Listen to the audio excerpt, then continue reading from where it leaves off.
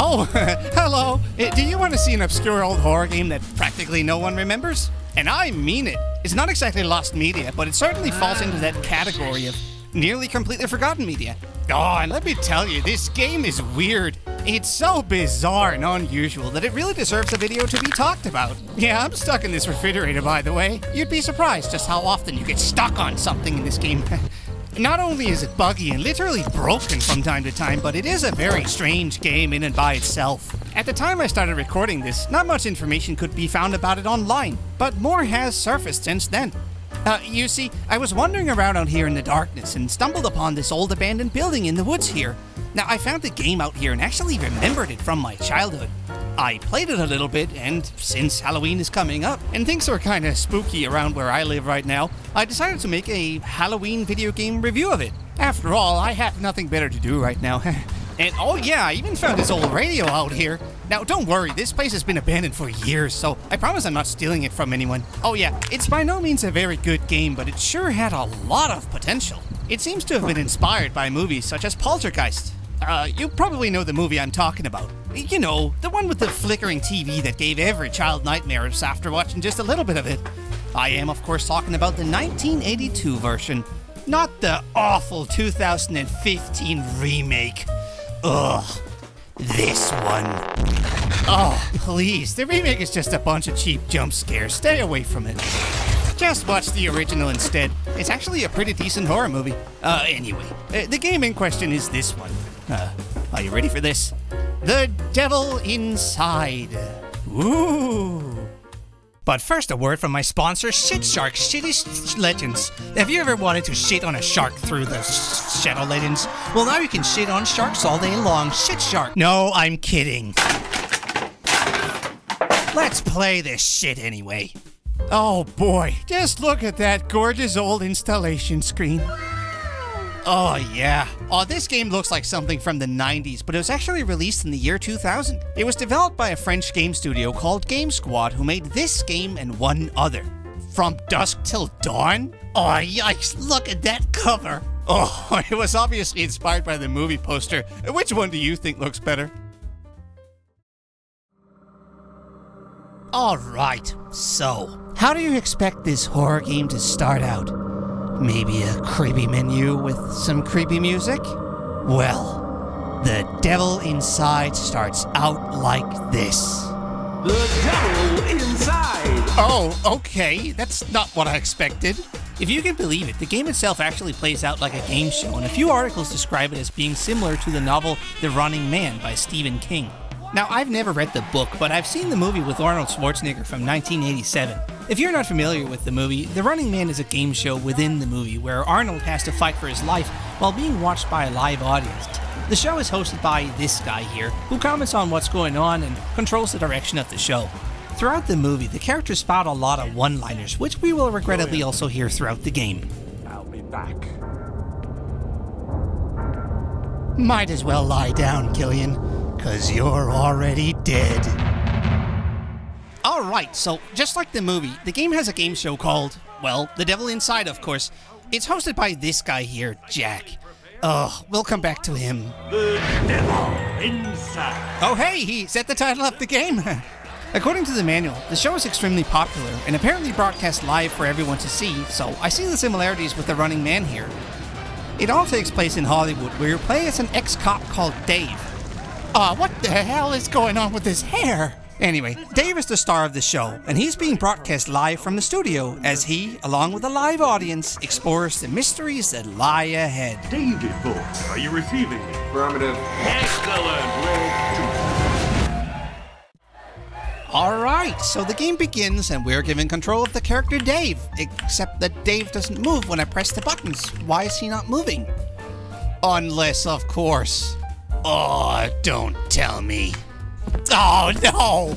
Oh, it's one of those games where you move using the arrow keys. Why do they make it like that? So after going into the settings and actually fixing the controls, we can finally play the game. This place is cursed to hell. No, you don't say. Yeah, this guy talks a lot.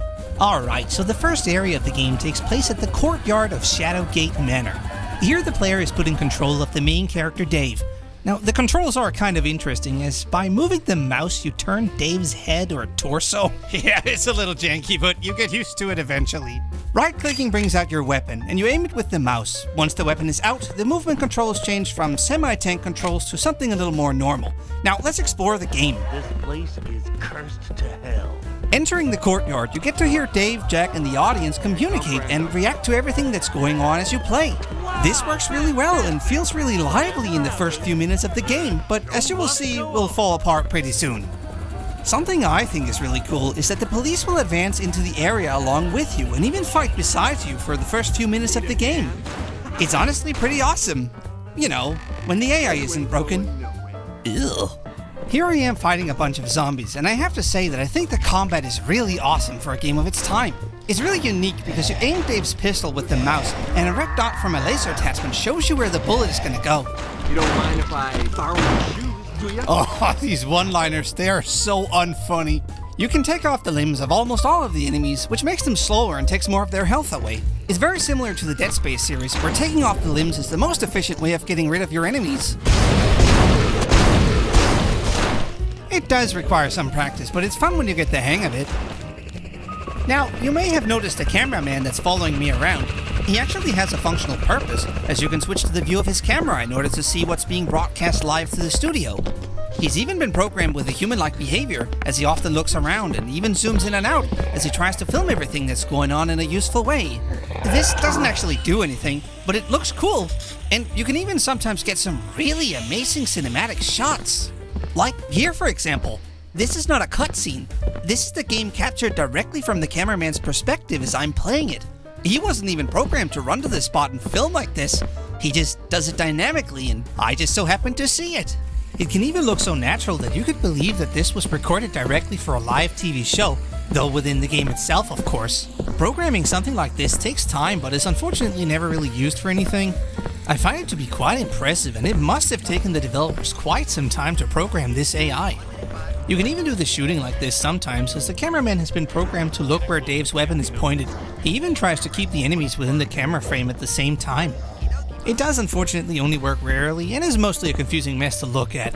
It's very disorienting when it's not working correctly. You may have also noticed this little flying drone here.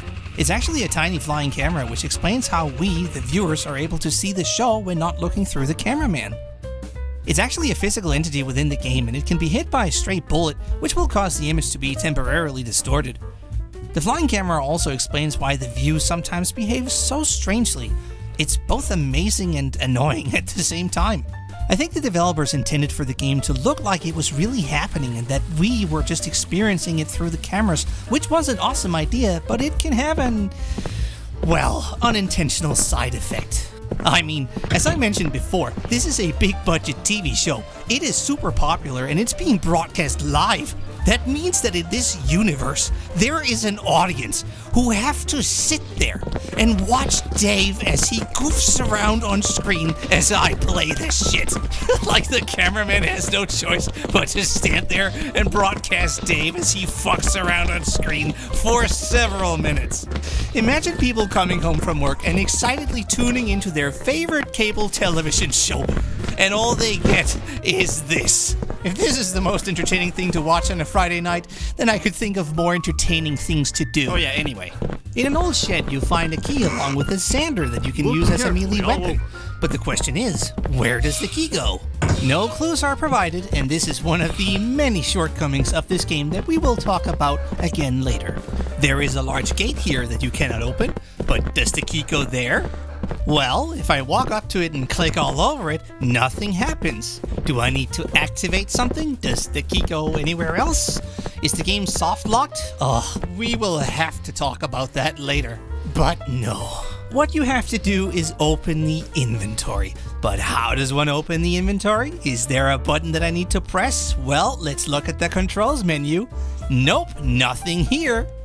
But yes, there is an inventory button, and for some reason it's F4. And what happens when you press F4? Well, this is what happens. What the fuck? What we're looking at is the inventory, and I did not put the music there. What am I looking at here? Well, there's the key, all right. Let's try to use it, I guess. Yeah, sure, it opened the gate. But why the button F4? Well, if you press F1, you can switch between these camera angles. Sometimes you'll get a really broken one, so I don't really do that. By pressing F2, F3, and for some reason F10, you'll get these little mini screens here where you can see what the cameraman is seeing, some other view, and a view directly from the studio. They are useless.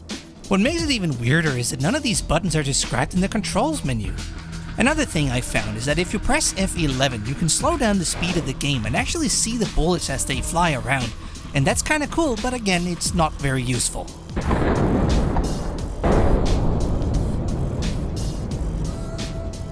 Okay, so my theory is that this game was supposed to be released for the PlayStation 2 that actually came out the same year as this game. It would explain why the controls are so weird, as they were probably supposed to be mapped to a PlayStation 2 controller, but I think they ran out of time and just decided to release it for the PC instead. Now, this would also explain why the game looks so low-poly, as it was probably intended to run on the hardware of a PlayStation 2, which was a little limited at the time. Alright, anyway, back to the game. You reach the main entrance of the manor itself, but when you try to open the door, this happens. I'm guessing it's locked?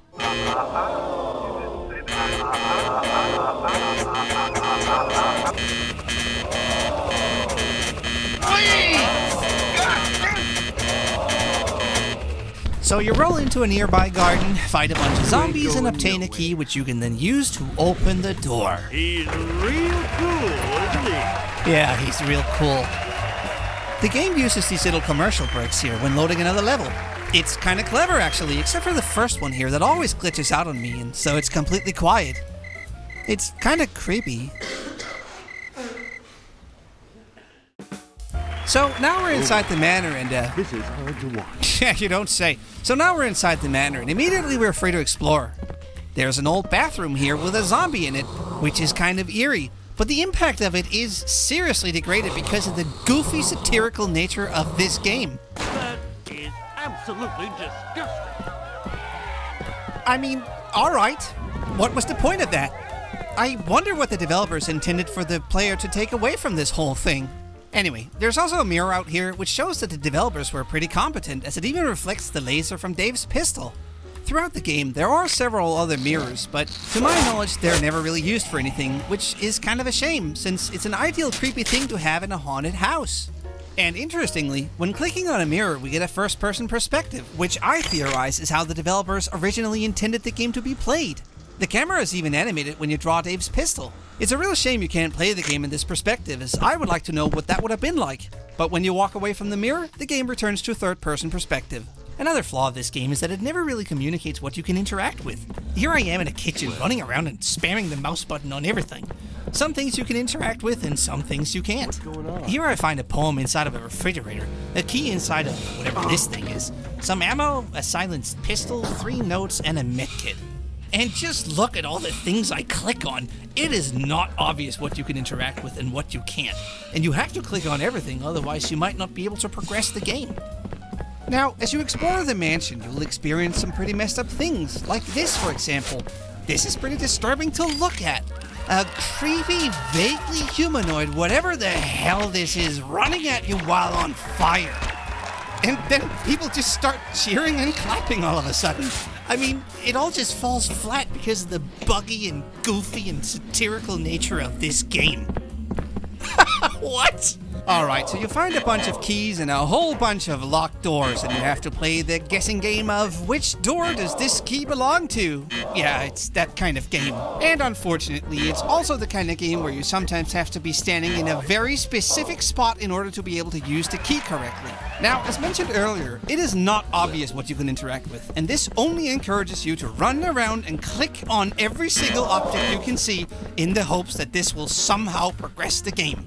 Like here, for example, after clicking on everything in this room, I find that if you pull this handle on the beer dispenser, it opens the closet and a shotgun falls out. This doesn't actually progress the game, but I guess it is a nice bonus. There's also a door to the living room, which has a pit that spawns endless zombies. The pit is really just the floor that has been torn up, where a bunch of corpses are coming out of the ground. I'm assuming because they were buried underneath the floorboards or something. And again, this is very similar to the movie Poltergeist, where they have a scene where corpses are literally coming up through the floor. I don't know if it's an intentional reference though. Anyway, there's no real point in being down here other than this single save point. Yeah, these old school televisions are save points. You'll find them in various places throughout the game. Now, I also have to point out that the red dot from Dave's pistol can be really hard to see sometimes, as it is covered by Dave's stupid-looking red hair. I mean, just look at this. I can't see where I'm shooting. Oh, the game is full of little secrets, but truthfully, many of them are just a waste of time. Like this pit here, for example. Earlier, I found a poem called, for some reason, Laziness Poem. Yeah, I'm not going to read the whole thing for you, but it vaguely references a statue that you have to break in order to stop a monster squad from being reborn. Yeah, it turns out to be this one right here. Nice animation. Is that supposed to look like that? But sure enough, after destroying the statue, the zombies stop respawning in the pit. Well, that's great and all, but honestly, why even bother? I mean, I could have used a save point anyway, and it's just a waste of time trying to figure these things out if there's no payoff after all. Alright, so at this point in my playthrough, I'd used up all of my keys and there are no more doors to open, so what now? I'm running around all over the place in order to figure out what I'm supposed to do, and this is a general problem with the game. Often you just run around in order to figure out where you're supposed to go. You know that you need to trigger something, but you just don't know where that is. And there are no hints in the game either. Oh, do you remember back in the day when you could just spend hours being stuck in some level in some video game trying to figure out what to do? I have played so many games in my childhood which had this exact problem, and I could never stop playing until I found out what the developers intended for me to do. Here is something I found while trying to figure out how to progress the game that I remember back when I was a kid and I found this, and this just mystified me like, what? Okay, so check out this pool here, which has some sparkles in it. What do you think happens when I walk into it and click?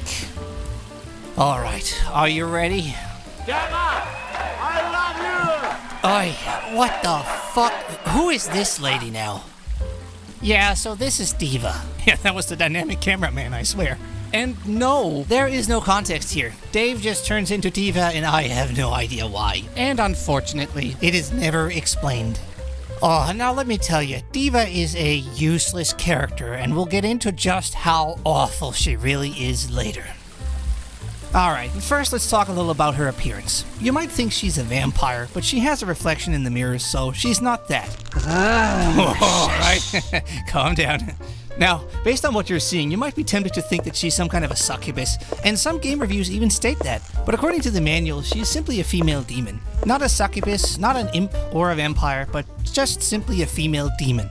You can make her wear this dress called the Heartbreaker for a short amount of time, but it'll only make the enemies not attack her, which is not very useful. And yeah, whenever you make her wear the dress, she plays that animation. Yeah, some animator must have had a lot of fun with that.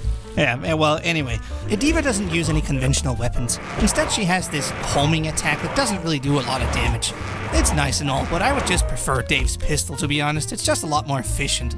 Diva can also be kind of leveled up, I guess. You may have noticed these little flying orbs here. Whenever you eliminate a harder enemy, they usually spawn one of these little orbs. They're actually supposed to represent a soul that has escaped from hell, and Diva can absorb them. Yeah, they literally go into her mouth.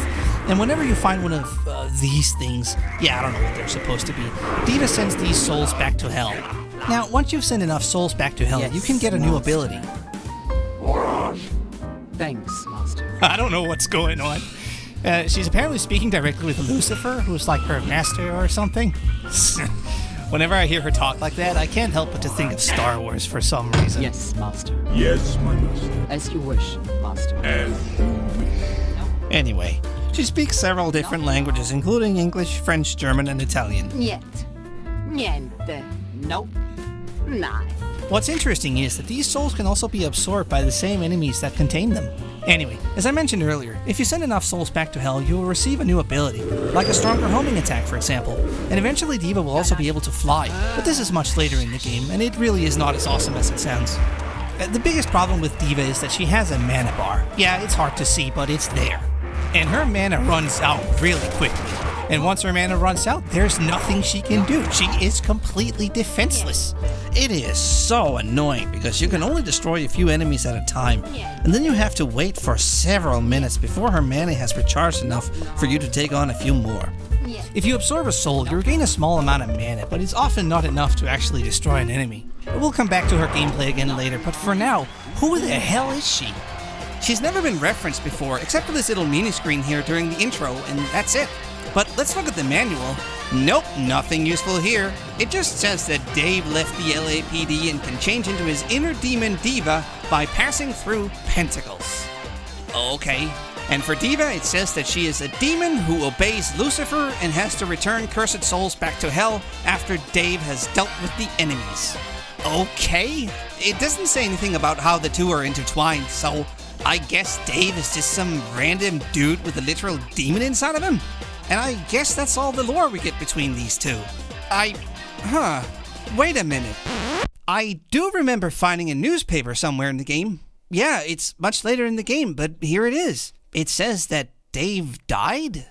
Yeah, look at this. It's from a newspaper called Tomorrow Ever Dies. Let me just summarize what it says for you, as it would take too long to read the whole thing. So apparently the gates of hell were opened upon Earth, specifically with Shadowgate Manor being the source of it all. But here's the weird part.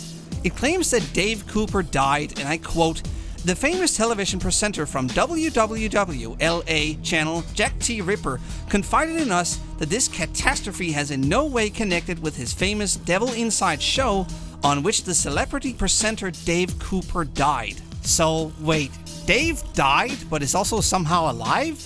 As far as I'm aware, this is never referenced again, or am I not supposed to take this seriously?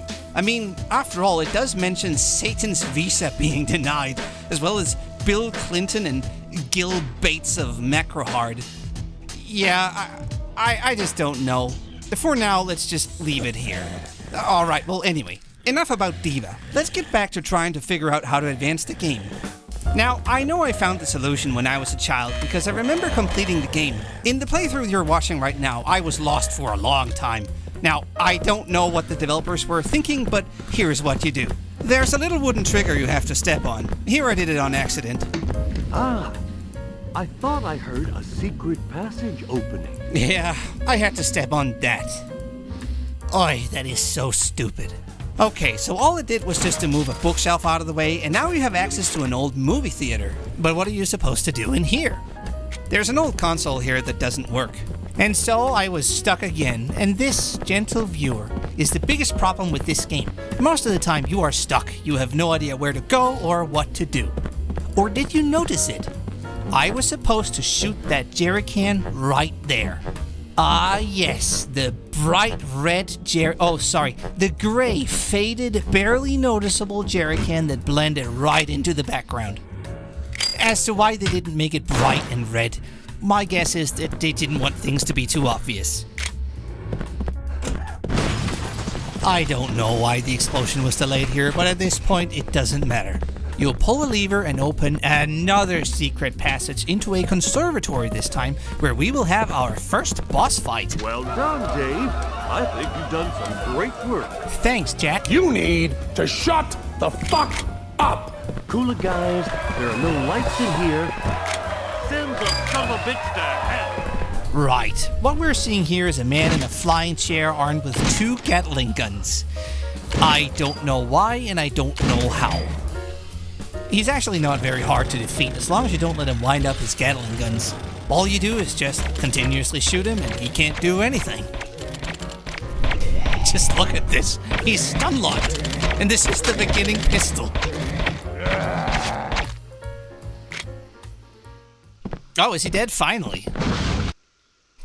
I didn't edit that. That actually happened. Yeah, these studio scenes are often a little broken. Also, what the heck is happening here? You know what? Never mind. He drops a lever for you to pick up, and after, oh my god, getting unstuck from the goddamn scenery, you can make a guess as to what it goes into. Now, thankfully I remembered this from my childhood because it took me so long to figure out, and I even restarted the game several times because I thought I had broken something. It turned out to be this big pillar thing right here. Do you see it? The barely noticeable slot right there is what you're supposed to put the wooden lever into. It's obvious, right? It's not like you could spend hours being stuck again or something. Look carefully all over. And would you look at that? Another secret passage into the backyard this time, where we will have another boss fight?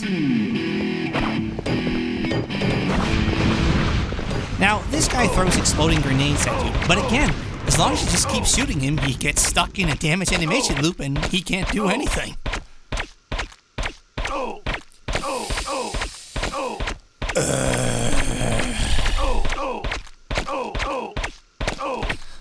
Oh, just die already. Oh, finally. He drops an old film reel that you can pick up, but first, who was that? Well, I found a book called Who's Who, which contains pages explaining who the individual enemies are, even the lesser ones. Now, unfortunately, you have to collect the pages for this book, and I am pretty sure I'm missing some, but I think I got most of them anyway, so here goes. The guy we just fought was called Henry Grimes. He's also known as the Night Howler. He was a brutal serial killer who is significant to the story of the game. We'll see him again later a bunch of times, but ultimately he doesn't end up doing much. The guy in the flying chair was called Delbert ACDC Chair. Huh. He used to be a psychopath who liked to scald and disfigure animals and people with boiling hot oil. He was later sentenced to death and electrocuted in an electric chair, which I'm guessing is the one he was flying around in. Doesn't explain the Gatling guns though. The book says he's a fast and smart opponent, but I don't know about that. We'll get into the lore later on, but for now, let's just move on. You put this movie reel into this old projector here, but rather than watching a movie clip, surprise, surprise, another secret passage opens up again. Hey, I think we hit the jackpot. This is worse than a video game. Dave, you dumb Are we fuck. okay for a commercial break? Stay right with us now. Alright, so now we have access to the attic. And I hate the attic. Alright, so this is the attic level, and as you can see, it's not immediately obvious what you're supposed to do up here. That's why I accidentally ran back down the stairs into the projector room. Are we okay for a commercial break? Stay right with us now. Now, this turned out to be a big mistake. Do you see the cameraman right there? Yeah, he's stuck, and that's a big deal. Ugh. By running back down the stairs into the projector room, I had just soft-locked the game, and I had no idea when I was playing. I run back up the stairs into the attic again and find that you have to shoot this big mirror here. But notice how there's no cameraman now. I didn't realize this when I was playing the game at the time, but unknown to me, the game has now been soft-locked further down the line and I cannot progress to the next level. This is because the cameraman is stuck downstairs. Now, I didn't know that, so I just kept playing, and that was a big mistake. Anyway, while up here in the attic, you'll find these rivaling things that'll try to destroy each other. I've looked into the book of Who's Who, but it's never explained why they're enemies. They will usually ignore the player as long as they have other enemies to take care of, so I often just let them duel it out. As you can see here, you'll find these guys battling throughout the attic in various places. It's best to just let them take care of each other. More stumps than a forest after a hurricane. Anyway, here's one of the enemies. According to the book, he doesn't have any skin. I'm not sure what to make of this. And no, he's not a friendly enemy. The AI is broken. This happens a lot. And here's what they're battling. It's some kind of an electric mummy with a shotgun. You'll find a lot of these throughout the game, and when they die, they are electrocuted. Yeah, it's all so strange. Now, I hate the attic for several reasons. One of them being that it's a total maze up here. Everything looks the same and is mostly totally unrecognizable, so it's so easy to get lost. Another problem is how hard it can be to distinguish the doors from the walls. Ugh. Now, there is a map, but it's nearly completely useless. Mostly because it is a total maze up here and you won't even know where you are on this map anyway. I mean, just look at this. Even when the game tries to show you where you're supposed to go, it's still confusing. Wait, did the camera just clip through a wall? Oh, did it just clip through another one? Yeah, good luck, Dave. Thanks for the help, game. But do you know what the worst part is? Most of the attic is completely pointless. You don't need to go through most of it. This is literally all the space you need in order to advance to the next level. If you wanted to and knew how, you only had to be here for less than 3 minutes. The only real reason I can think of for exploring the attic is to find this assault rifle right here. It's a decent weapon, but ammo for it is scarce, and you'll find it again later in the game with plenty of ammo for it. Other than that, there's not much of a point. You could of course also spend some time collecting souls in order to upgrade Diva, but at this point, why would anyone want to do that? Let's talk about the assault rifle. You can find these little grenades here that it can launch. Ironically, you receive the whole rifle in your inventory when you pick up your first grenade. But since the player has not picked up the rifle yet, you're not able to use the actual rifle itself. It's called Devil Hammer? Okay. Now let's test it out on this unsuspecting enemy with a broken AI. Oh, what the fuck? Did you see that? That has got to be the shittiest grenade launcher ever. Oy, this stupid game. Anyway, if you pick up the actual rifle itself, you'll see that it's a really overpowered weapon that fires a lot of bullets, so you quickly run out. Now, if you press F11 during combat and slow down time, you will essentially find that you are an unstoppable god, since you can just do a series of headshots on every enemy in view. And just look how accurate this rifle is, there's not even any recoil on it. I mean, just look at this. I eliminate every enemy in view in just a few real-time seconds. I'm more dangerous than a T-800 Terminator. Baby.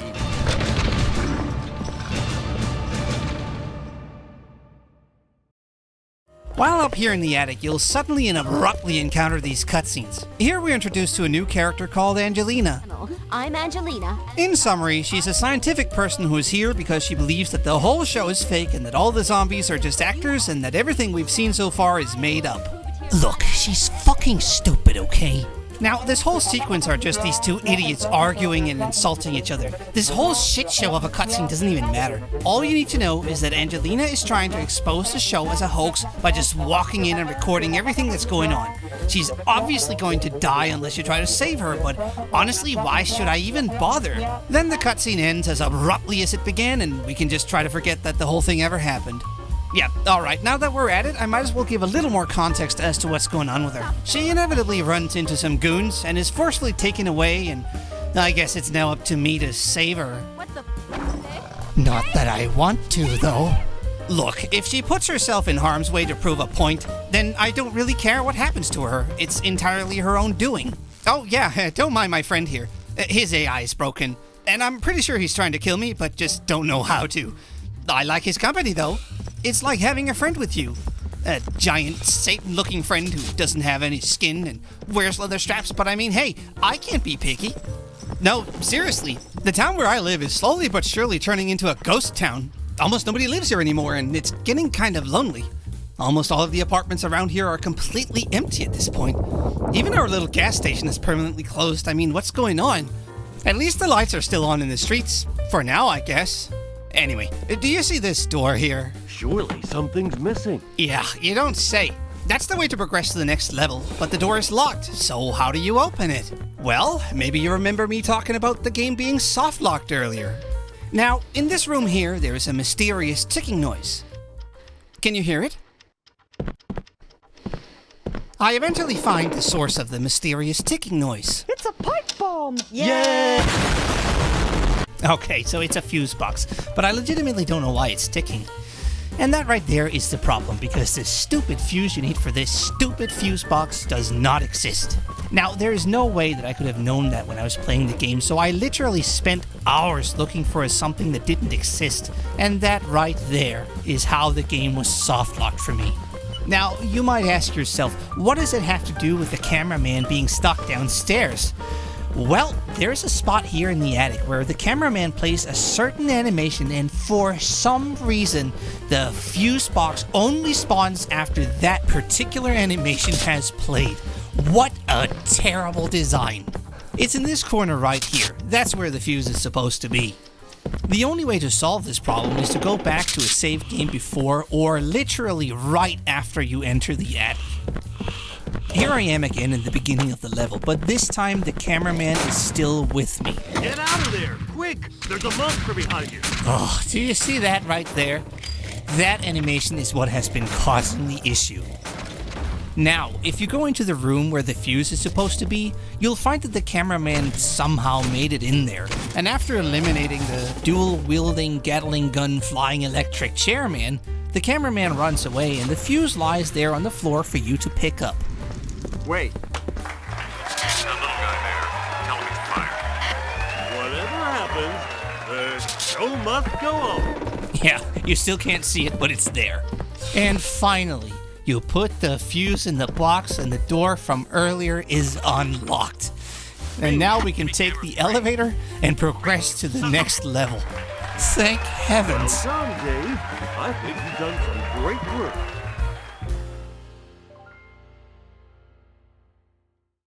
So now we're at level 4, the first floor. That dumb broad is killing the TV ratings. You gotta get her out of there, or the show's kaput.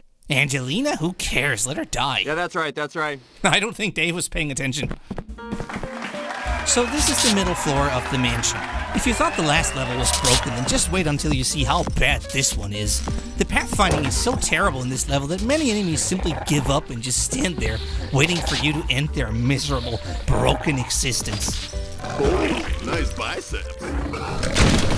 As a matter of fact, the level is so broken the game itself literally crashes every time you try to advance to the next level. It's that bad. We'll talk more about this in a bit, but if you can believe it, the worst is yet to come and the worst is really bad. Anyway, in this level you meet the most annoying ghost ever. Hell, that. This dead bastard comes out of the walls whenever he feels like it, and as you would suspect, the bullets go straight through him and there's nothing you can do but to run away. I hate this enemy. Now, you might think that Diva can use some of her magic to damage the bastard, but no, it does nothing. It is so annoying that you have to constantly drop everything you're doing just to run away and avoid this stupid ghost. And the worst thing is that this level is one of the better ones in the game, but it is totally ruined by this jackass who is constantly lurking around every corner waiting to jump out at you. It's like he's one of those annoying people who just found a boring magic video on his phone and is now making every excuse to show it to you. You want to see something strange and mystical? No! You're a creep! Go away! We're having a good time until you showed up! Yeah, well, anyway, you eventually find the ghost's mortal counterpart later in the level, and I always hoped that after you eliminate the damn zombie, that the ghost would stop appearing. But no, it still keeps coming. I always thought that was weird, because it feels like you're somehow supposed to be able to stop it. Almost like you need to trigger something in order to prevent him from spawning. Oh hey, but wait a minute. As I'm editing this, I realized something. I did always think it was weird that the ghost was sometimes making a choking animation and other times doing like a T-pose. And that's because these are two different ghosts. Would you look at that? I went back and excitedly fired up the game as I suspected that the choking ghost might actually stop appearing after you destroy its mortal counterpart. And yes, it actually does. But then what about this ghost? I always suspected that it had something to do with this floating corpse here. Go sleep with the fishes. But no, that just turned out to be a regular dead zombie. I'm not supposed to be able to stand down here. Anyway, after clearing out the level, I searched high and low for about an hour, scrutinizing every document I could find to look for any clue as to where this ghost originates from. I looked pretty much everywhere and even found this little Easter egg here. It's probably a dirty VHS tape hidden inside of this here old bed. But I eventually decided that I couldn't find it if it even existed. And I didn't even need to because the level had already been cleared. But I can't help myself with these things. I want to be thorough if I review something, so I decided that the only possible way for me to find this secret, if it even existed, was to literally boundary break the game. But how does one do that? I knew that if I could get Diva to fly around in here, I might be able to make her clip through the ceiling and break the boundaries. Now, she can't fly at this point in the game, and she is obviously not supposed to be able to fly around in this level, but I found a way to forcefully bring her flying abilities back from a later level, even though you're not supposed to be able to do that. I managed to break the game and force myself back here, which admittedly wasn't as hard as it sounds. It did take some effort, but it paid off, because here it is. What is this room? Now, it has obviously not loaded correctly because I boundary broke the game, which is why it looks so broken. Well, more broken than it usually looks. I find that it's right here in this hallway. Well? Now, I really don't know how you were supposed to be able to know that it was here. I mean, there's no indication whatsoever, and to my knowledge, no document mentions this. And finally, here he is.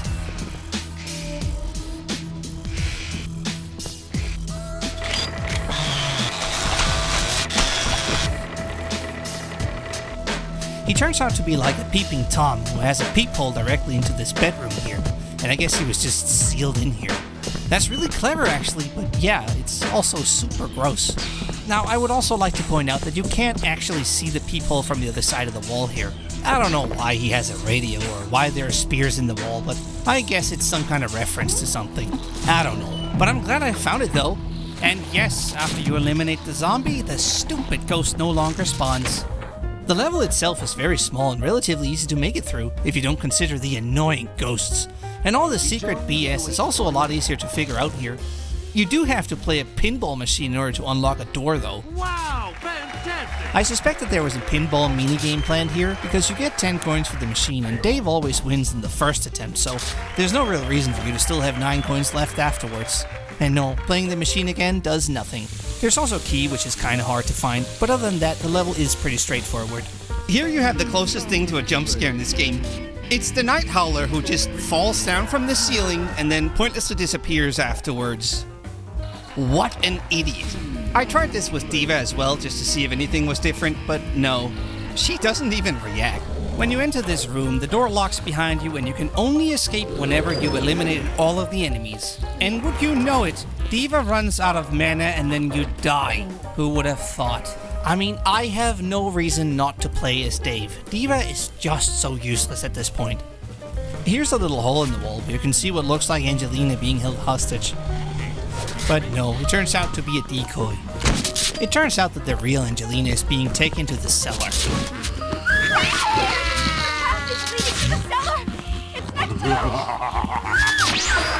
Next to the what? As if she couldn't have told me where under the same breath instead of screaming. This is why I don't care if she dies. Now, I do know where the entrance to the cellar is because I did find it when I was a kid. But at this point in my playthrough, the game had been telling me to just stop playing. Almost as if nobody was meant to progress this far into the game. And then, the game became sentient and decided to just give up and freaking die. Look, I'm dead serious. This is a game-breaking bug that will completely prevent you from advancing to the next level. As soon as you see Angelina being taken to the cellar, you can no longer open your inventory after leaving this level. And that is a huge problem because you need to access a key in order to open a locked door. You can also not save your game anymore, or even load it for that matter. Ugh. Now, I do remember patching the game when I was a kid because I was having issues around this point as well, although I don't remember it being this exact problem. But hey, maybe we can look at their official website for support. Oh yeah, they went out of business. So I went searching on Google for a patch, but nothing worked. I tried downloading so many different patches from so many different websites, and I'm sure I got a few viruses along the way. I also tried messing around with an emulator because I thought it might be a compatibility issue, but no, that didn't work either. I mean, holy smokes, I went to the deepest depths of the internet to try and find a solution, and just look at the garbage I eventually ended up going through. Seriously, look at this. Devil Inside patch. Uses only Sue patches when applying to leathers such as vests, jackets, chaps, purses, or wallets. See Cleaner Premium Key. And then there's a screenshot of the game and then comes more nonsense. I know what this is. This is some AI generated article that's only here to make you buy products online. And I hate nonsense like this because it only wastes your time. Now, I'm sorry. But as things were looking bleak for me, I somehow found this wonderful website called The Obscuratory. Now, here some wonderful soul of a human being called Phil Salvador had uploaded the game complete with a compatibility launcher and everything, ready for me to just download and play. And this version of the game works great. Now, I'm pretty sure this is some kind of a patched version, because it even plays the music from the CD as you play the game. The version I had never did that for some reason. So thank you, Phil. and I mean it. Please know that your work made my day. I'll put the link in the description of this video if you want to check out the game yourself. The rest of the website is also pretty interesting, so it's worth checking out. Alright, now we can finally return to the game and advance to the next level, and I'm sure it'll be a while before we experience more bugs. Alright, well, never mind. Nice animation. Is that supposed to look like that? But first, let's check out these two weapons that I found. I got this crossbow after solving a puzzle at a pool table. It's called AK Robin Hood. Okay. Now, if you know anything about bows and crossbows in video games, you can probably make a guess as to how good this weapon is. Oh, and let me tell you, this crossbow is fucking terrible. It fires a little explosive arrow that takes no less than 7 seconds to detonate. That's not very useful. I mean, just compared to the rifle here, it's so much faster and easier to get rid of all the enemies. And, oh yeah, I also found this double-barrel shotgun here called Hellgun. Yeah, it's about as good as you'd expect for a double-barrel shotgun. But I have to admit that I didn't find much use for it, as the ordinary shotgun gets the job done just fine. Now, I pretty much forgot that I had it, at least until I played the game on a higher difficulty, where the enemies are a lot more spongy. Anyway, if you think you've seen the worst of it, oh boy are you in for a surprise, because up next is a level that is even buggier than this one, and you are not going to believe just how truly terrible it is. Alright, so here we are in the cellar, the worst level in this game. Here we meet this jackass. His name is actually Jason Hetman. We'll see him again later. According to the book, he was a well-known executioner who, and I quote, stupidly died when 42 sliding from his gibbet. What does that mean? Oh, this level is a mess of problems. Here you can see through the wall, and here I don't know what's going on. I also accidentally got stuck in this little box here, and I couldn't get out. So there's a problem with the goddamn scenery, alright? Even the little scripted events get stuck on the geometry. Here it got stuck on the cameraman. Yeah, just ignore him. And of course the cameraman also completely gives up at one point. Here I had an invisible wall that turned out to be a dead enemy who hadn't despawned properly. And here I had an infinite animation loop with Diva where she couldn't stop talking to Lucifer. But if you can believe it, that's not actually the bad part. To be fair, the first part of this level is actually not so bad. Things are pretty straightforward down here. Most of the level you just shoot zombies in straight corridors and it's pretty easy. Oh yeah, I completely forgot to mention the shotgun, other than that it came out of a closet. As you can see, it's pretty good. The spread is maybe a little much, because you usually have to stand really close to the zombies if you want it to be effective, but I guess that's just how it is with shotguns in video games. It's called Street Blaster. The only annoying thing about this level so far is that you have to pull these little levers here that can sometimes be really hard to find. They move these fake walls out of the way, and it can be really hard to tell where exactly that fake wall was located, because everything looks the same down here. Oh, but then, here comes the bad part. Do you see this big hole in the ground here? Yeah, you die if you fall into it, so don't do that. So what are you supposed to do about this? Yeah, you've probably already guessed it, but mind you, Diva is not able to fly at this point in the game, and the player will most likely have no idea that she can even do that. But once you go to a pentacle after moving all of the fake walls, Diva is just somehow granted the power of flight. And oh man, this is where the freaking disaster of a level finally begins, because from this point on, you are forced to play as Diva. And Diva really just is an afterthought to this game. It's a terrible experience playing as her, as you are about to see, and although the game itself isn't really that great, the experience of playing it will plummet. The rest of the level you explore an abandoned old mine of some sort, and it is very confusing finding your way around here. And figuring out where you're supposed to go and what you're supposed to do is next to impossible. I hate this level so much. The biggest problem here is that Diva constantly runs out of mana, and there is no way to replenish it other than to just stand around and wait until the mana bar has gone back up. Or you can pick up a soul from a defeated enemy. But often you run out of mana mid-fight, and there's nothing you can do about that, other than to just run away and wait for your mana to replenish, and then go back and finish the fight. Here I accidentally fell into a hole and couldn't get back up. I could, of course, just fly out, but that requires mana and I didn't have that, so I had to wait around in this hole until I had enough mana to fly back out. That is some pretty terrible level design right here. And you know what? Let's talk a little about level design. I just so happen to know a few things about this topic, and I think this level is generally really poorly designed for the way you play as Diva.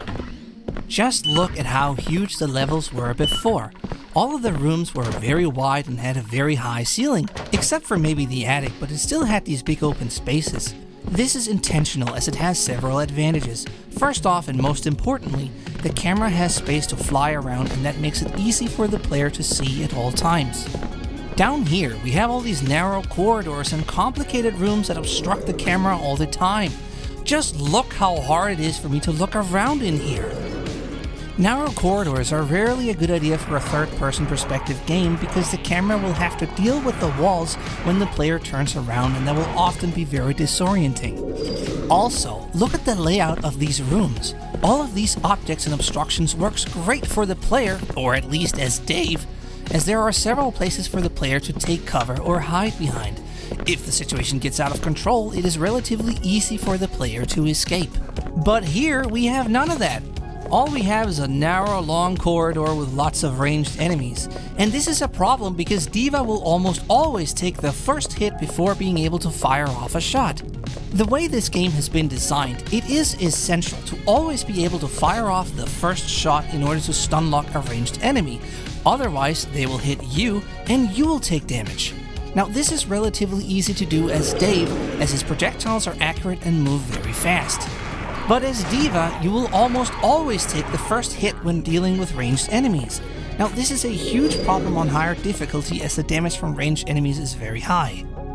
Okay, so here's a great example of everything wrong with this level summed up in one little clip. Here we have a very long corridor with absolutely nothing to take cover behind. If I run to any of the sides here, even by accident, I will fall into a hole. I have no option here but to fire off my attack on this idle enemy at the very far end, and just look at how slow my projectiles are. Then I run out of mana, and it wasn't enough to eliminate the enemy, so at this point I'm completely vulnerable. I have nowhere to hide, so my only option now is to run away. The enemy is now winding up his guns, and there's no doubt his projectiles will reach me before I can get away. That's why I need to get away in a hurry, but here the camera hits a wall, which is why I'm turning around so slowly. And I don't want to fall in the hole, so I have to be careful.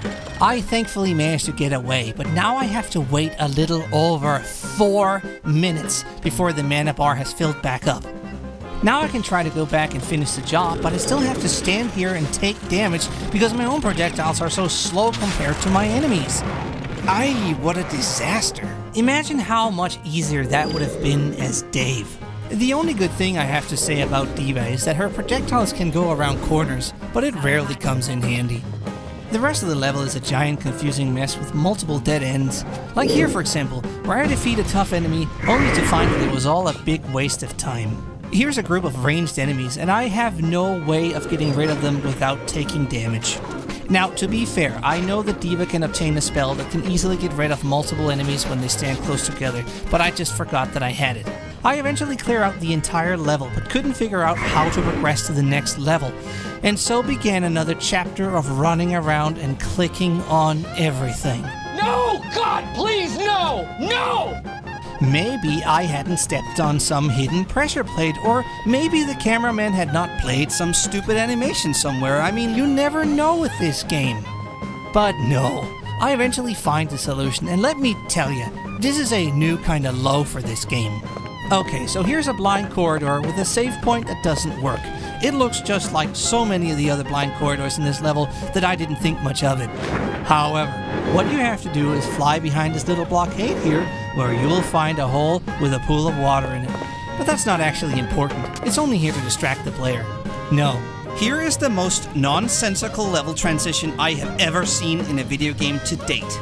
Do you see this face on the wall here? Secret tunnel! What the no, God! Secret tunnel! No, God! Please, no! No! No! No! No!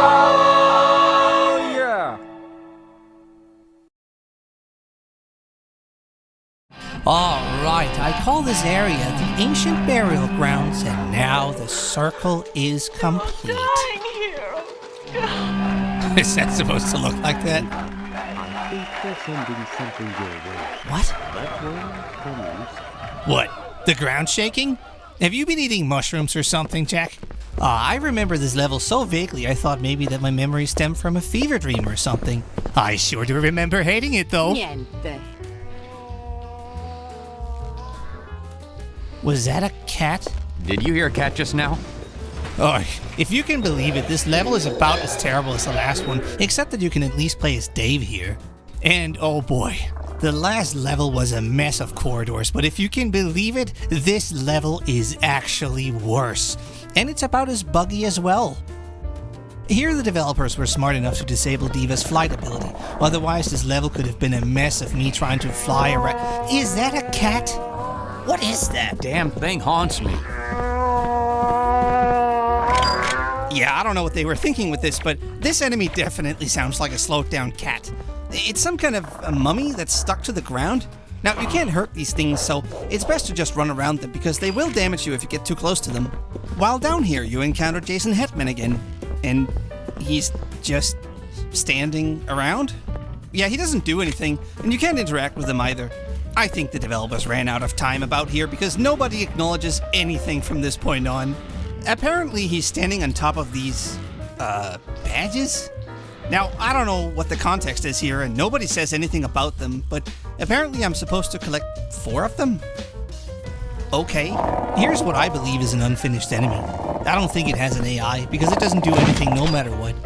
I found it here in the book, and it says that it's, a Kowalski ugly mummy, and a Yopiti punch-chin head mummy.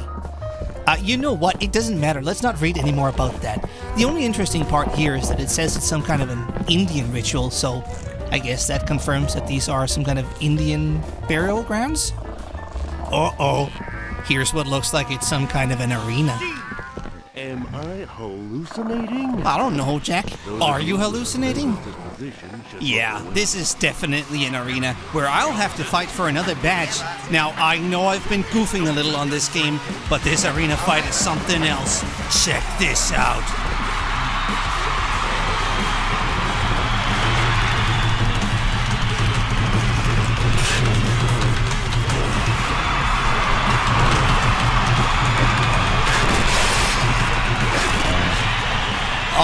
Alright, yeah, I know. It's terrible. And no, you gain nothing from fighting all the zombies, so honestly, don't even bother. Just take the badge and get out. After finding all 4 badges, I eventually find that you have to, use them on this button here? How does this make any sense? Is that supposed to look like that? So what now? Now, of course, the game doesn't tell you this, but all it did was move this big ugly face out of the way, and now you can finally rescue Angelina. As if I wanted to. Is she not dead yet? But first, here is a boss fight, and it's with Jason Hetman this time. While Angelina is strapped to this torture device here, I have to fight Jason, who is invulnerable. It's a really easy fight. All I have to do is shoot these stupid upside-down pylons on the ceiling, and once you've done that, you can eliminate Jason.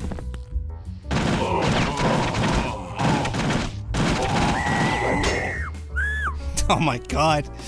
Oh, yeah. What a climax, am I right? And now we are treated to a truly amazing cinematic cutscene. I don't know how to thank you. You saved my life. Yeah, don't remind me. You wanna play rough with me? What? What the hell is happening? Dave? I don't know what's going on. I think this is a broken cutscene. Alright, long story short. So what I make of this? The Night Hauler somehow stole Diva away from me, and it is now up to Dave and Angelina to get her back. As if we care. And then this happens. Oh! Oh, are you trying to eliminate Angelina? Oh, let me help you with that. Oh, there we go. Finally. Okay, to be honest, I expected the game to end after I shot her, but it didn't, and I don't want to risk the game being soft-locked again at this point, so I just loaded a save. But not before experiencing this weird bug. Yep, I'm dead, but I can still move. Maybe it's a broken game mechanic, I don't know, and I don't care anymore. And so we have to get Angelina out of here, and you know what? For an escort mission, this is actually not too bad. Angelina has an Uzi to defend herself with, and she does an okay job of getting rid of the enemies. I don't really know what's going on with the cave, but everything is grey, and I guess the developers wanted the cave to look like it was maybe collapsing. They were kind enough to block off the wrong pathways with enemies, so you don't get confused or lost. You can pretty much just go straight to the exit. Now this is pretty interesting. I'm sure they intended for me not to be able to turn back into Diva, but I can actually still do it here. Not that I would want to, though. Anyway, let's get out of here. For the finale of this disaster of a level, I run up some old scaffolding to an opening in the ceiling where I guess we make our escapes somehow. And to top it all off, I think they forgot to include Jack in this scene here. Or maybe he's just taking a shit in the bathroom.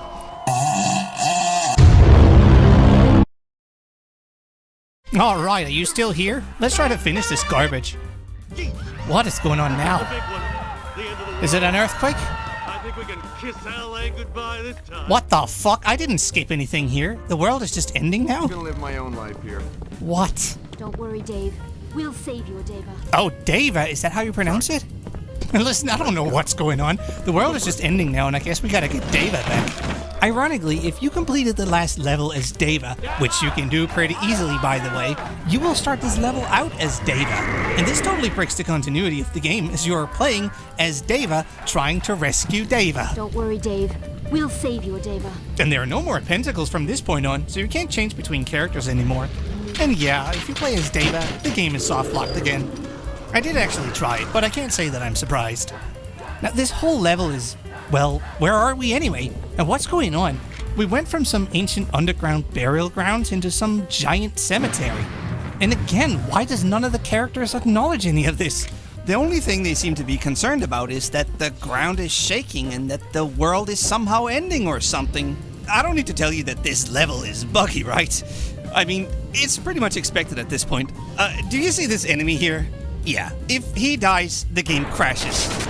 I don't know, just leave him alone. Here I fell into an open tomb that I have no way of getting out of, and I mean, come on, talk about more bad level design here. If the player gets stuck on something, it shouldn't be there, just remove it from the level. So yeah, I had to load a save to get out. Other than that, it's actually a pretty easy level. You know, as long as you don't get permanently stuck in the fucking scenery. Because it's so open, you can easily eliminate all enemies in sight. The biggest issue with this level is that if Angelina dies, the game is over. Please keep that in mind. If Angelina dies, the game is over. That's a rule we've established here, okay? She is somewhat helpful, though, as she does an okay job of defending herself and not dying, I guess.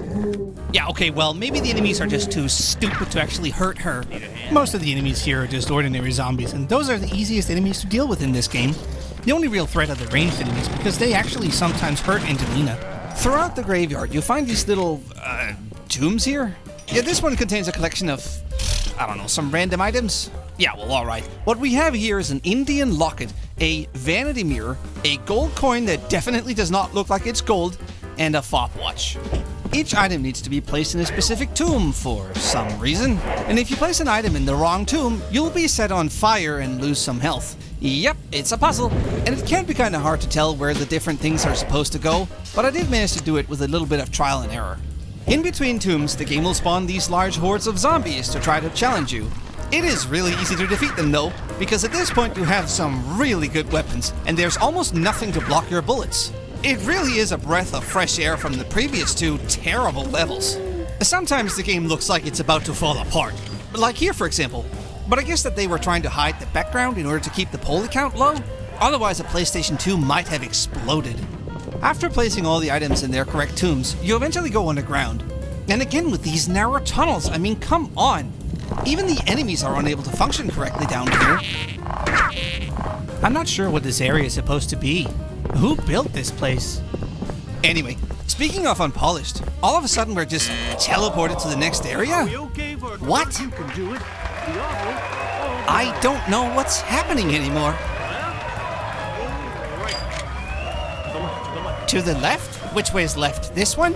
I wouldn't go that way if I were Nope, that was the wrong left, I guess. It's not my fault. You spawned me facing the door we just came out of, and so I thought that was the right.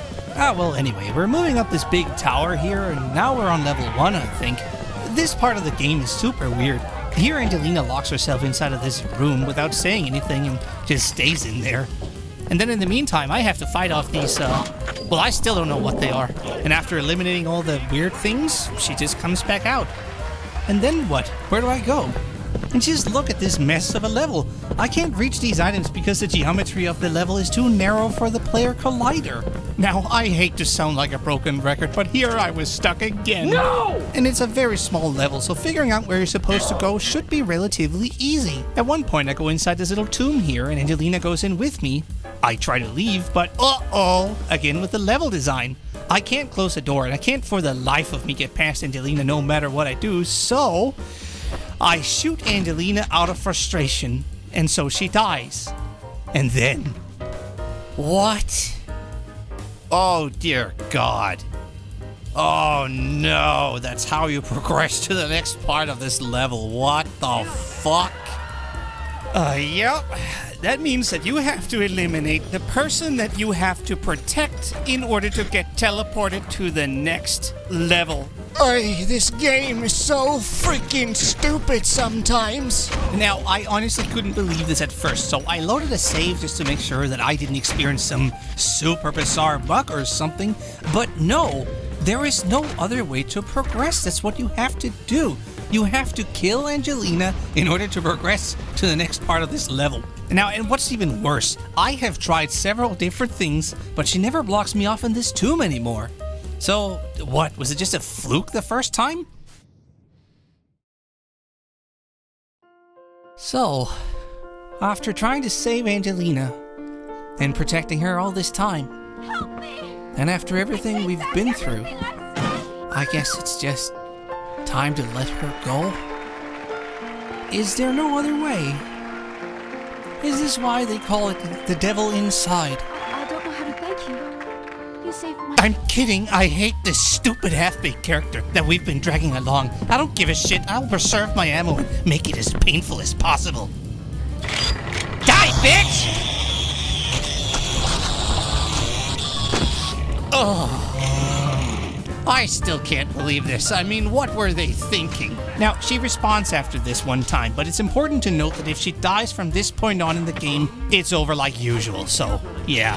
At this point, I think they intended for a bit of a chase sequence where you have to try to run from the Night Howler as he chases you and you're being attacked by waves of undead. There's only one problem, though. The Night Howler is as easy as ever. He doesn't even throw grenades like he did earlier. You can just shoot him and that's it. Yeah, good job. Oh, by the way, you know how Respectable Games doesn't allow you to hurt children? Now, all jokes aside, I think that's a reasonable decision to make. They obviously don't want to allow the player to hurt minors, which I think is fair. But not this game, though!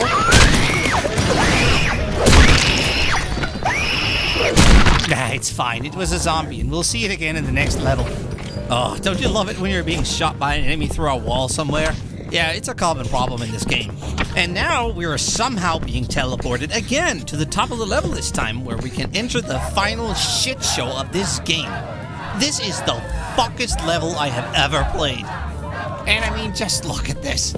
I was teleported here in front of this tomb, and then once I enter this tomb, I am just teleported again to the next level.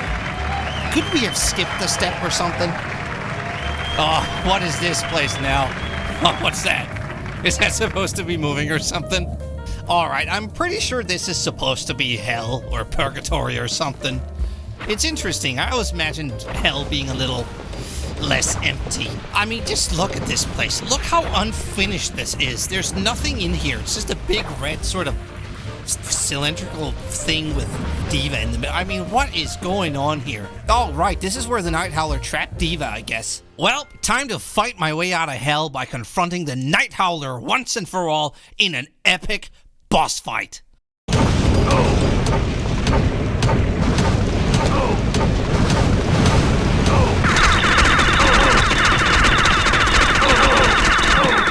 And there we go. Yeah, some of these weapons you found by now are a little overpowered, so there's not much of a boss fight to be had here. And now, this happens? And again, I didn't skip anything.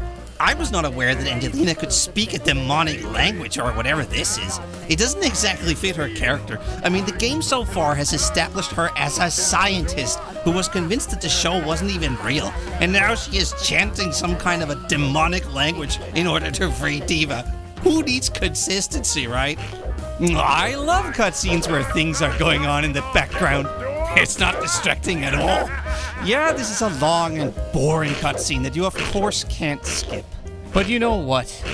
This little part of this cutscene right here is actually not so bad.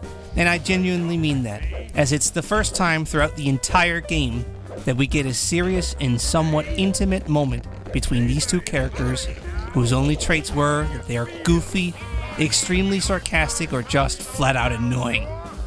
But here we have a somewhat soulful little moment, and I really appreciate this, and I do wish there was more of that in the game. Now, it's just too bad you have all of these stupid idiots doing all of their stupid shit in the background. It's ruining the whole thing. And then, without warning, you turn into Deva and immediately die. Yes, you die right after the cutscene. So I load a safe game, made sure I had full health, suffer through this long-ass cutscene again, and then immediately die once again in one hit. What a disaster! That means the hardest part of this level is to not die from the freaking cutscene. And to make things worse, Deva can't move while she's playing this little animation here, so you are literally stuck. Oh, so I try it again. And again. And again. And again. Eventually, I think the game just bugged out and I managed to get away during the cutscene. And then, after eliminating all the annoying enemies with this overpowered spell that I was just granted, I only have the Night Howler left, who is kind enough to bug out and just stand still over there while I shoot him. Ay, what a climax. It does somehow fit this shitty game, though. And this is it. The game finally ends. What a fucking shit show. Fuck this. Oh, look away, children. Oh, no. Oh. Alright, so I don't think they had the time they needed to finish this game, so it just ends off with this super cheesy one-liner here. Once again, love has won the day. Good has triumphed over evil. Alright, you know what? I've had enough of this. Let's get the hell out of here. Fuck this! Alright, so here we have the end credits. And in the background, we can hear Jack talk about how he wants to film a porno with Dave, Angelina, and Deva. No, I am not kidding. It's about the rights for a kind of special broadcast. Hot stuff. Really hot, if you know what I mean. And to make things even worse, the joke eventually devolves into Jack wanting to hire a hitman in order to assassinate his own wife. And this joke keeps going throughout the entire credit scene. Anyway, you also get some pictures of the game developers and the people who inspired the characters in the game. It's always fun to be able to see the people who were behind the scenes this whole time. And then we have a fan art section. Who made fan art for this game? Alright, so again we have Deva and Dave. But who's this last character supposed to be? McDonald's Man? You too. Send us your wonderful pictures of our heroes. Oh, I'll send you something, alright? And to top it all off, the game returns you to the main menu where you now have the option of playing a bonus show. Now, the bonus show is really just a new game on a higher difficulty, and I don't get to keep any of my weapons or anything at all. And unsurprisingly, it's also completely bugged out because it keeps repeating the lines from the ending cutscene over and over again. But I don't care anymore because I am done with this. I have been playing this game for too long. This whole video wasn't even supposed to be over an hour long. So let's just end this video here. This whole game was a disaster from beginning to end, and I hated every second that I played of it. Now, that's a little harsh, don't you think? What the fuck? Hello? Buggy as it might be, saying that you hated every second that you played of this has to be an overstatement, especially considering that you did, in fact, complete it. I was being sarcastic. Who are you, and also, how are you able to hear me? You must have left your radio on open, I assume. Oh, is that what this button does? I don't know how this radio works. I thought it was broken. From what I could gather from your ranting in the past hour, it's obvious that the people behind this tried their best to make something interesting, and surely they had a lot of ideas based on the lore of this game. You know, the pages that you didn't read. Oh yeah, I forgot about that. Look, although the game isn't great, there was clearly a drive to make an interesting game here, especially considering that Hubert Cardot himself, who is famous for the Alone in the Dark series, worked on this. These, what I would assume to be aspiring game developers, ran a risk of failing, as you always do whenever you try to create something for the world to see, and it seems clear to me that they ran out of time before they could complete their vision. Unlike today, working with a publisher was pretty common back then, and the publishers would often make harsh decisions that would clash with what the developers wanted.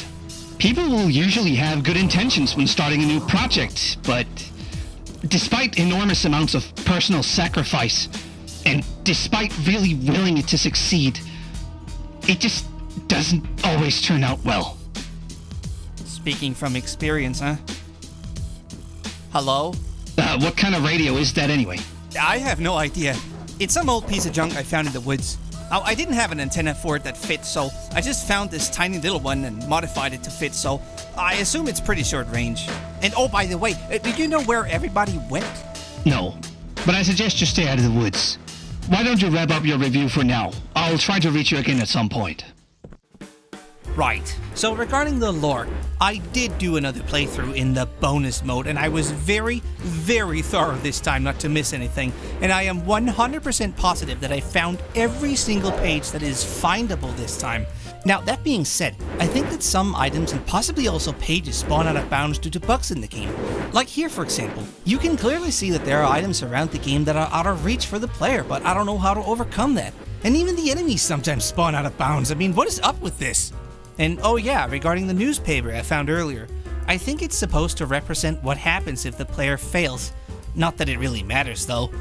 Now, I found this book called Ye Book of Future that was written by Hubris the Bald, and not to Hubert Cardot himself, who had visions of the future and described them in this book. He foresaw that the Night Howler would go to hell after he died and somehow unite the evil souls there. Then a portal would open upon Shadowgate Manor and all the evil souls would pour out and supposedly try to take revenge on the Earth for their eternal torment in hell. Other than that, there's still not much interesting information in here. Still no mention about how Dave and Deva are intertwined. But you know what else is here at least? Environmental storytelling!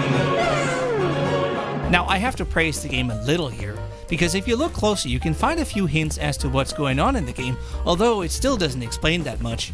Outside the manor itself you can find a statue of what looks like a mine digger of some sort.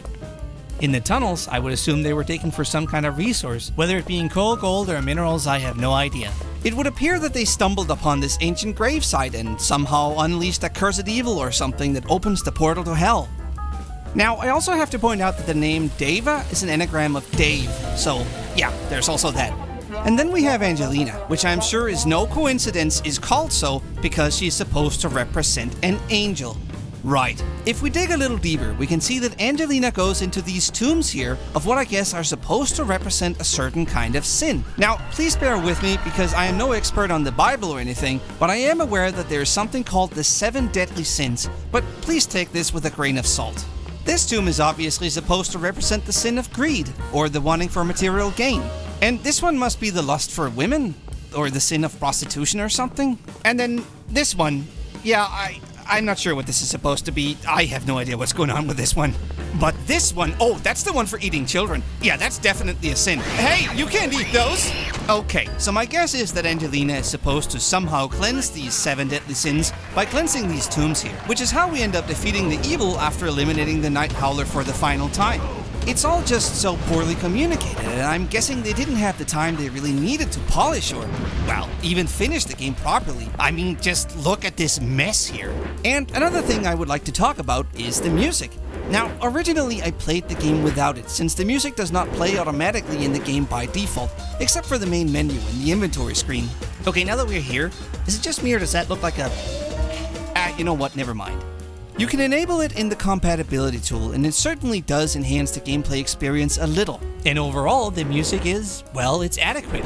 I believe it was originally composed by Christian Sales, but I'm not 100% sure on that. A lot of the music is just ambient music, and I'm not going to talk about it, but there are a few tracks that stand out to me. Like this one, for example. I'm guessing it was inspired by the 1978 Halloween theme by John Carpenter. You probably know the one I'm talking about. You might also be thinking of the Goosebumps theme, but let's not get into that now. According to the manual, the game itself takes place on Halloween night, so I guess this would make sense if the game had a similar atmosphere to the Halloween movie. You know, the original Halloween movie from 1978, not the remake from 2007. I hate it when Hollywood does this. It's so shameless to name a new movie after an older classic and then the new one is always worse. Oh, it should be illegal. Anyway, this theme reoccurs in other tracks as well, such as here for example, where it has been sped up and adds an atmosphere of tension and mystique. Here's a later part of the same track that I really like. It shows that the music composer had a lot of talent. It's very unique and I don't know if it was inspired by anything, but I really like it. And then last but not least, there's this track. Now I have to admit that this track has grown on me. I don't know what it is about it. It's just so strange. How did he even come up with something like this? Now both Dave and Dava has their own unique soundtracks, so depending on who you play as, the music is different, and that's actually kinda neat. So yeah, the music totally gets a pass from me. It's a shame we don't get to hear it more in the game because I do think that there was some talent behind it. And then there's the voice acting. Well, it's honestly adequate. I didn't hate any of these voice actors. I don't recognize any of them, but it looks like they all went on to have successful careers in Hollywood. Interestingly, Karen Strassman, who I'm pretty sure voiced Angelina, went on to play a character called Annette Birkin in the Resident Evil 2 remake from 2019, and she does a great job here. Oh wait, she's also known for voicing Rouge the Bat from the Sonic games ever since 2010? What? Thanks, buddy. The thing that snatched me was like nothing I've ever seen before. Good evening, ladies and gentlemen. Welcome to the Science Channel. You're nothing like the Sonic I've seen before. Alright, and so we land on my final thoughts. Now, this review was not supposed to be an hour and a half long, so let's wrap it up before we hit that mark. That is one big pile of shit. It's obvious that there was a lot of talent behind this game, but I have to admit that the game overall is not very good. You'd think this was some kind of Stephen King novel. Oh, Don't keep look dreaming. good. It drags a lot, and often the player is stuck and doesn't know where to go or what to do. Not to mention that the story kind of falls apart halfway through. Nothing is ever really explained, things just kind of happen. The game overall is very, very buggy and also very hard to complete, at least without a guide. Another 6 months of development and polish would have really done wonders for this game. Now, I don't exactly hate it, but I feel that I have to give this game a very, very moldy rating overall, so I'm giving this game an 8 out of 10 on the Moldy Media meter. And again, if you want to play this game for yourself, there's a link in the description. The game itself is not for sale on any platform anywhere, so don't bother going looking for it, unless you want to buy a physical copy somewhere online. Now, I can't help but to wonder how awesome this game could have been if the developers had the time and resources they needed to complete their vision. If ever there was a game that would be ripe for a remake or a reimagining, it would be this one. Yeah, I can't get past Angelina here, it's really annoying. Anyway, I'm sure this game could be turned into something really unique and interesting. And oh hey, I just found out that the original Alone in the Dark game from 1992 is getting exactly that. A reimagining that will be available in early 2024 on Steam. Now, that's pretty cool actually, although I doubt that it'll carry over to this game. Still cool though, I might check it out. Alright, I think that wraps it up. If you made it this far into the video, then I'm sorry. No, but really, I'm sorry this review was so long and disorganized. Now, I have another video on the way that is much better structured, so if you want to see more of this kind of stuff, you could subscribe to the channel. Leaving a like would also really help me out, but only if you want to. You know, we went all the way to hell and back, and I have to admit that I'm a little disappointed that we didn't even get to see the devil himself. Oh wait, there he is!